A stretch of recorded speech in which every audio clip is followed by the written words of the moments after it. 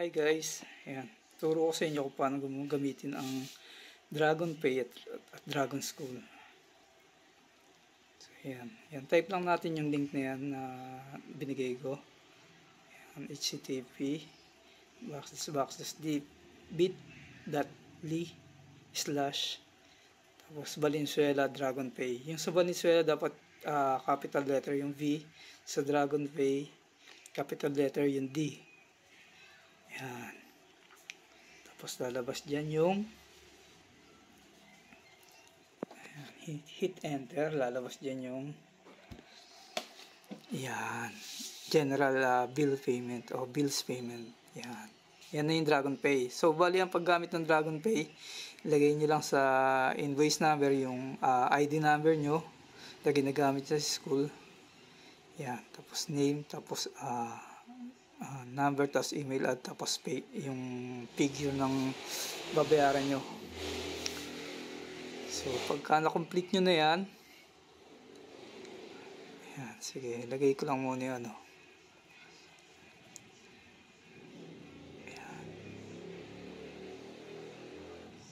Ayan, dapat may slash yung dash yung sa ID number. Hindi ko pa nasubukan kung walang dash gagana pero ayan, may dash, okay naman. Tapos yung amount, ayan, tapos click next nyo lang pagkatapos yung fill upan.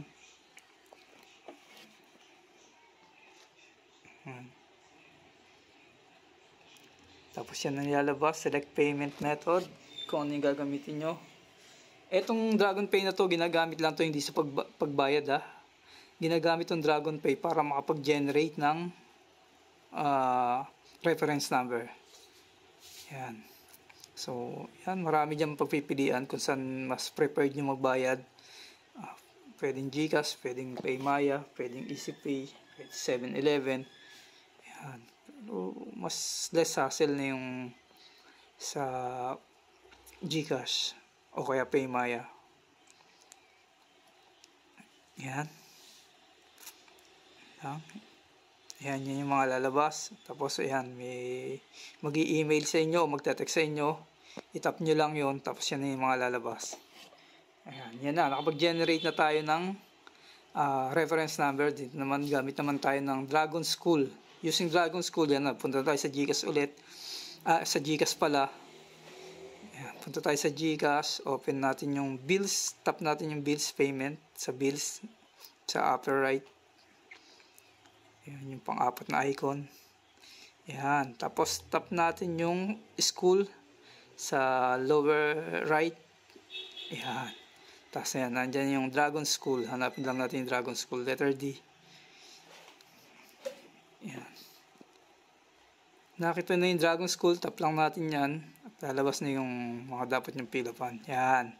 Fill upan na, ilagay na ba mga dapat ng details na ilagay, yung na-generate na yung amount ng babayaran, tapos yung na-generate na reference number. So yan ay lalabas. Yan. Hindi pa yan lalabas. Yan yung na-generate na reference number, i-input nyo lang. Yan, input lang dyan. Siguraduhin nyo lang na ang laman ng GCash nyo is may plus 10. Sakto, 1.5 kunyari babayaran nyo, dapat 1.5 yung laman ng GCash. Kasi may charge na 10 pesos yun. Yan, lagay lang yung bilang yung mga details, cellphone number. Yan, then, pagka nailagay na lahat, yan.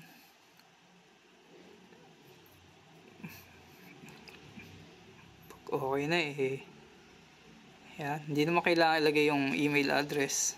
Yan, cellphone number lang, okay lang. Optional naman yung email. Yan.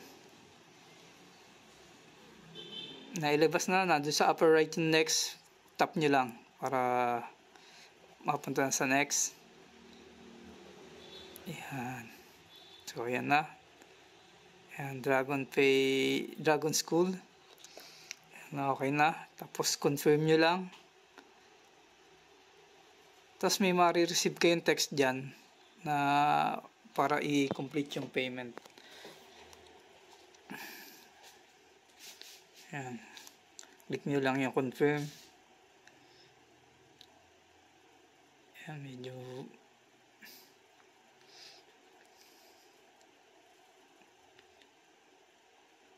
tayin lang natin at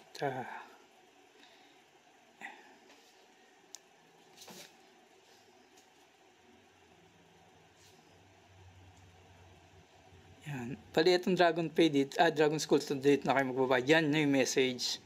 Ngayon yung message na, tap nyo lang yung blue link na yun na nasa baba. Yan, pag tinap nyo, lalabas open URL nyo lang. Tap lang yung open URL. Yan na yung lalabas. Ayun, may nakalagay ng success sa amount. So, ibig sabihin nakapagbayad na kayo. O, yan guys, okay na. Yan. Ang problema lang rito, lalo pagka sa exams, hindi ka pwede ka na magbayad dito pero ganun pa rin, pipila ka pa rin sa accounting para kumuha naman ng permit. Yun yung medyo hassle lang sa kanila, no? Kasi hindi ka rin makapag-request ng permit sa online nila. Meron silang binibigay na QR pero per ano lang yun, per exam lang yun. Kunyari, prelim, para lang sa prelim. Sa midterm, para lang sa midterm. Sa finals, para lang sa finals. Hindi pandahatan. Kada magbabayad ka, obligado, yun. Mag-ano ka ng permit sa kanila. So, yun guys. Sana nakatulong tong vlog ko, tutorial ko, paano gumamit ng Dragon Pay at Dragon School. So, maraming salamat. Ingat.